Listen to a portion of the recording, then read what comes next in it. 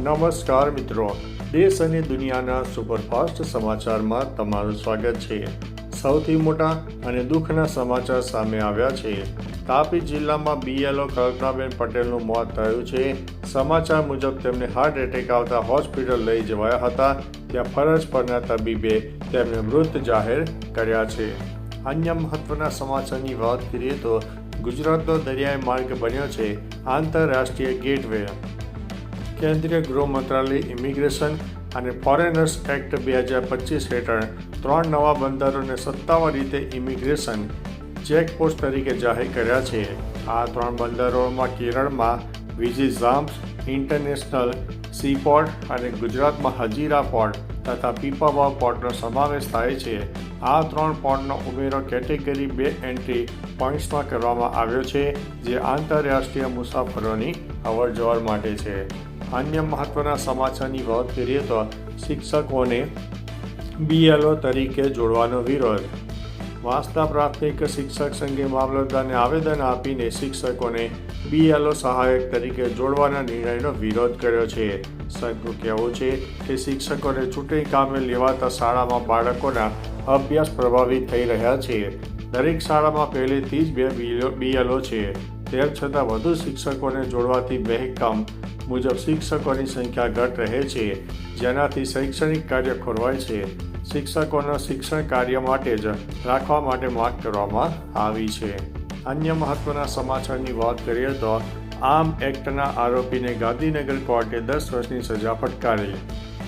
Gandhinagar session કોર્ટે arm એક્ટના આરોપી રાજેશ જંગલી મહાતો મલ્લાને એનડીપીએસ કેસમાં ગુનેગાર ઠરાવ્યો છે। 2018માં ખારેજ એટલે કે ગાંધીનગરમાં તેના ઘરેથી એસઓજીએ 16 કિલોથી વધુ અન્ય સામગ્રી ઝડપી હતી। ઉપરાંત જજ એસવી શર્માએ આરોપીને 10 વર્ષની સખત કેદની સજા તેમજ 1 લાખનો દંડ ફટકાર્યો છે। આરોપીને આર્મ એક્ટમાં પણ અગાઉ અટકાયત કરવામાં આવી હતી। અન્ય મહત્વના સમાચારની વાત કરીએ તો સુરેન્દ્રનગરમાં 11 કિલોમીટરની સૌથી લાંબી પદયાત્રા। સુરેન્દ્રનગરમાં સરદાર પટેલની 150મી જન્મ જયંતિ નિમિત્તે કુંડળાથી લાખણકા સુધીની 11 કિલોમીટરની સૌથી લાંબી પદયાત્રા યોજાઈ। સાંસદ ચંદુભાઈ સિહોરા, ધારાસભ્ય શામજીભાઈ ચૌહાણ અને નાયબ કલેક્ટર એસટી મકવાણાએ લીલી ઝંડી આપી હતી। લાખણકામાં પુષ્પાભર્યું સ્વાગત કરવામાં આવ્યું। નાયબ કલેક્ટરે પટેલના વિચારોને રજૂ કર્યા અને સૌને અમે બાળકને કોઈ પણ ભોગે ભણાવીશુંનો સંકલ્પ પણ લેવડાવ્યો હતો। અન્ય મહત્વના સમાચારની વાત કરીએ તો શહેજાદ ખાન પઠાણે ગંભીર મુદ્દો ઉઠાવ્યો। અમદાવાદ મહાનગરપાલિકાની સામાન્ય સભામાં વિપક્ષી નેતા શહેજાદ ખાન પઠાણે ગંભીર મુદ્દો ઉઠાવ્યો। ગુજરાત એટીએસે પકડેલા આતંકવાદીઓ પાસેથી એક રાઇઝિન નામનું કેમિકલ પાણીમાં ભેળવી શકાય છે। અમદાવાદમાં એએમસીના 238 વોટર ડિસ્ટ્રીબ્યુશન સેન્ટર પર કોઈ સુરક્ષા નથી। આ કેમિકલ પાણીમાં નાખવામાં આવે તો સવારે હજારો લોકોના મોત થઈ શકે છે। કોંગ્રેસે તાત્કાલિક તમામ વોટર સેન્ટર પર સુરક્ષા ગાર્ડ તૈનાત કરવાની માંગ કરી છે। અન્ય મહત્વના સમાચારની વાત કરીએ તો શિક્ષકોને રાત્રે બીએલઓની કામગીરીને લઈને બોલાવાતા શૈક્ષણિક સંઘમાં રોષ જોવા મળ્યો છે। જૂનાગઢમાં એસઆઈની કામગીરી માટે 200થી વધુ બીએલઓ સુપરવાઇઝર અને શિક્ષકોને મોડી રાત્રે જિલ્લા કચેરી બોલાવવાથી ભારે વિવાદ થયો છે। તંત્ર ઝડપ અને ચોકસાઈનો દાવો કરે છે, પરંતુ શિક્ષક સંગઠનનો આક્ષેપ છે કે આનાથી શાળામાં અભ્યાસ પર ગંભીર અસર પડી રહી છે અને શિક્ષકોનું માનસિક અને શારીરિક સ્વાસ્થ્ય જોખમાઈ રહ્યું છે। શિક્ષકોમાં ભારે રોષ વ્યાપી ગયો છે। અન્ય મહત્વના સમાચારની વાત કરીએ તો ભારત હારી ગયું, સ્વપ્ન થયું છે ચકનાચૂર। એશિયા કપ રાઇઝિંગ સ્ટાર્સની સેમીફાઇનલમાં બાંગ્લાદેશ એ ભારત એને સુપર ઓવરમાં હરાવ્યું છે। બાંગ્લાદેશ અને પ્રથમ બેટિંગ કરી હતી અને 194 રન બનાવ્યા હતા। ત્યારબાદ ભારતે નિર્ધારિત 20 ઓવરમાં 194 રન બનાવ્યા હતા। ત્યારબાદ મેચ સુપર ઓવરમાં ગઈ, જ્યાં બાંગ્લાદેશ જીતી ગયું છે અને ફાઇનલમાં પહોંચી ગયું છે। અન્ય મહત્વના સમાચારની વાત કરીએ તો શ્રેષ્ઠ ચૂંટણી કામગીરી બદલ બીએલઓ કીર્તિ કુમારને સન્માનિત કરવામાં આવ્યો છે। સુરેન્દ્રનગરમાં એસઆઈએ કાર્યક્રમમાં ઉત્કૃષ્ટ કામગીરી બદલ વટવાણ વિધાનસભાના booth number 229ના BLO Kirtikumar Jethalal સુમેરાને સન્માનિત કરવામાં આવ્યા.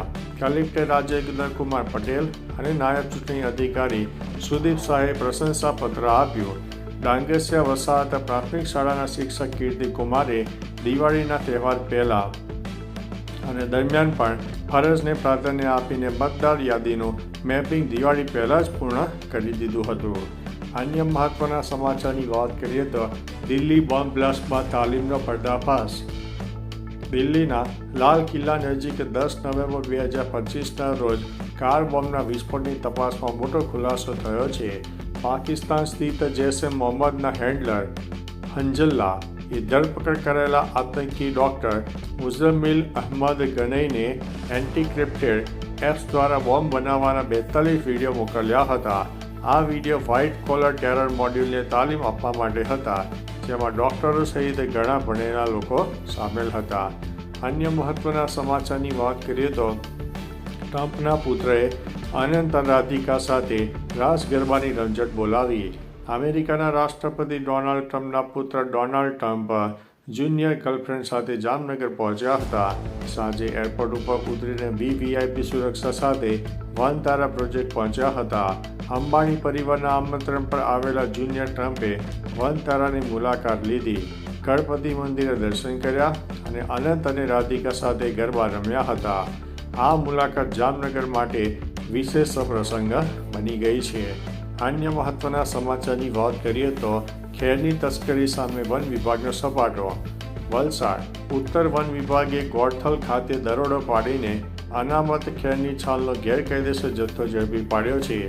આ કેસમાં આંતરરાજ્ય રેકેટનો પર્દાફાશ થયો છે, જેમાં ગુજરાતના સ્થાનિક તસ્કરો સાથે ઉત્તર પ્રદેશ અને મહારાષ્ટ્રના કનેક્શન જોડાયેલા છે. અત્યાર સુધીમાં 19થી વધુ આરોપીઓની સંડોવણી ખુલી છે. વન વિભાગે કડક કાર્યવાહી શરૂ કરીને ચેતવણી આપી છે કે જંગલ સંપત્તિની લૂંટમાં સામેલ કોઈને પણ છોડવામાં નહીં આવે. અન્ય મહત્વના સમાચારની વાત કરીએ તો ગાંધીનગરના ખન્ના માર્કેટમાં અચાનક ભીષણ આગ લાગવાની ઘટના. ગાંધીનગરના ખન્ના માર્કેટમાં અમર પૂજા ફ્રૂટ શોપના ગોડાઉનમાં ભીષણ આગ લાગી હતી. ધુમાડાના ગોટે ગોટા આકાશમાં ફેલાતા માર્કેટમાં અફરાતફરીનો માહોલ છવાઈ ગયો. ગોડાઉનમાં ફળફળાદીનો મોટો જથ્થો હોવાથી લાખોનું નુકસાન પણ થયું છે. જાણ થતાં ગાંધીનગર ફાયર વિભાગની ટીમોને ઝડપથી આગ ઉપર કાબૂ મેળવ્યો અને આસપાસની દુકાનોને બચાવી. શોર્ટ સર્કિટને કારણે આગનું પ્રાથમિક કારણ માનવામાં આવે છે. અન્ય મહત્વના સમાચારની વાત કરીએ તો સસ્તા ભાવમાં ખરીદો ઘર, છેલ્લી તારીખ નજીક છે. પ્રધાનમંત્રી આવાસ યોજના હેઠળ અરજીની છેલ્લી તારીખ 31 ડિસેમ્બર 2025 છે. પાત્ર લોકોને તાત્કાલિક CSC કે પોર્ટલ પર અરજી કરી દેવી જોઈએ, કારણ કે તારીખો પણ બદલાઈ શકે છે. પાત્રતા પરિવાર પાસે ભારતમાં કોઈ કાયમી ઘર ન હોવું જોઈએ, અગાઉ કોઈ સરકારી આવાસ લાભ ન મળ્યો હોય અને આવક EWS, LIG અને MIG અથવા તો SCCC ગ્રામીણ મુજબ હોવી જોઈએ. અન્ય મહત્વના સમાચારની વાત કરીએ તો દિલ્હી હાઈકોર્ટે ગંભીર સામેનો ફોજદારી કેસ ફગાવી દીધો છે. લાયસન્સ વિના COVID-19 દવાઓનો સંગ્રહ અને વિતરણ કરવાના આરોપસર ગૌતમ ગંભીર સામે દાખલ કરાયેલા ફોજદારી કેસ દિલ્હી હાઈકોર્ટે ફગાવી દીધો છે. 20 સપ્ટેમ્બર 2021ના રોજ કોર્ટે આ કેસમાં તમામ કાર્યવાહી પર વચગાળાનો સ્ટે મંજૂર કરી દીધો છે. ગંભીરે ફાઉન્ડેશન સાથે મળીને ટ્રાયલ કોર્ટ દ્વારા જારી કરાયેલા સમગ્ર ફોજદારી ફરિયાદ રદ કરવાની માંગ કરતી અરજી દાખલ કરી હતી. તો ચાલો મિત્રો, ફરીથી દેશ અને દુનિયાના સુપરફાસ્ટ સમાચાર લઈને મળતા રહીશો. ત્યાં સુધી અમને રજા આપશો. નમસ્તે.